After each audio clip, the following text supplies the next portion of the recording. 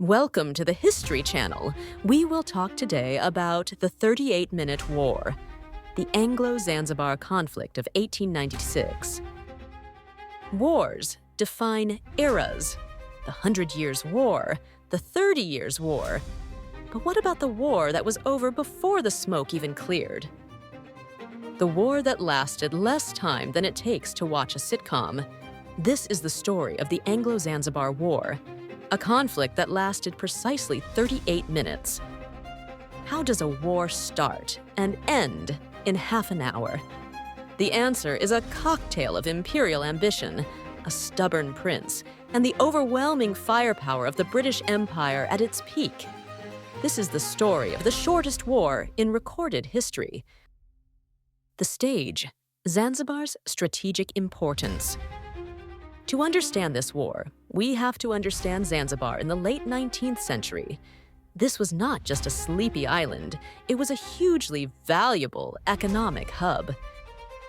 Situated off the coast of East Africa, Zanzibar was the center of the spice trade, particularly cloves. It was also, tragically, a major hub for the Arab slave trade. This wealth made it a key strategic prize during the scramble for Africa. While Zanzibar was an independent sultanate, the British Empire had established a protectorate over it in 1890, essentially controlling its foreign policy, while the Sultan handled domestic affairs. The British consul was the real power on the island. The crisis: a sudden death and a power grab. The delicate balance of power was shattered on August 25, 1896, when the pro-British Sultan, Hamad bin Thawani, died suddenly. His 29-year-old nephew, Khalid bin Barghash, saw his chance. Believing he had a legitimate claim to the throne and possibly fearing British interference, he moved swiftly. Within hours, he and his supporters seized the Beit al-Hukm, the palace in Stonetown, and declared himself Sultan. This was a direct violation of the treaty with Britain, which stated that any candidate for the Sultanate required the consul's approval. The British preferred a much more compliant candidate, Hamoud bin Mohammed. The British consul, Basil Cave, issued an ultimatum. Khalid must stand down his forces and leave the palace by 9 a.m. on August 27th, or they would open fire. The Armada, a show of overwhelming force. Khalid bin Barghash refused to back down. He barricaded himself in the palace with around 2,800 men, mostly loyal guards, and conscripted civilians. They were armed with muskets, a handful of machine guns, and several 12-pounder cannons, a decent force for a local dispute. It was no match for what the Royal Navy assembled in the harbor. In just 2 days, the British had pulled together an overwhelming force, including HMS Philomel, HMS Raccoon, HMS Thrush, and most formidably, the HMS St. George, a powerful cruiser that became the flagship. In total, the British fleet had over 100 cannons and dozens of machine guns, all trained on the wooden palace. The ultimatum was not a negotiation, it was a countdown to demolition. The 38-Minute War: Bombardment and Aftermath. 9 a.m. came. Khalid bin Barghash remained in the palace. At 9:02 a.m., the British ships opened fire. The result was not a battle, it was a demolition.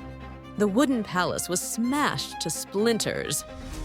The Zanzibari royal yacht, HHS Glasgow, was sunk almost immediately after it fired a few defiant shots. The single Zanzibari cannon was disabled within minutes. The bombardment ceased at 9:40 a.m. The palace was a burning wreck. Around 500 Zanzibari soldiers and civilians were killed or wounded. On the British side, one petty officer was slightly wounded. Khalid bin Barghash survived, fleeing to the German consulate before eventually being captured and exiled. The British-installed Sultan, Hamoud, was placed on the throne. and Zanzibar remained a firmly British protectorate. So, was the Anglo-Zanzibar War just a bizarre historical footnote? Yes, but it is a footnote that tells a much larger story. It was the ultimate demonstration of asymmetrical warfare and the sheer power of the British Empire at its height. It showed that any local resistance to imperial will could and would be met with overwhelming brutal force. It was the gunboat diplomacy of the 19th century in its purest, most condensed form.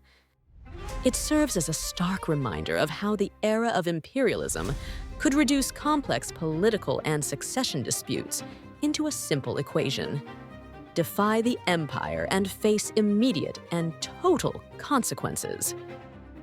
What other strange or short conflicts from history should we cover? Let us know in the comments below.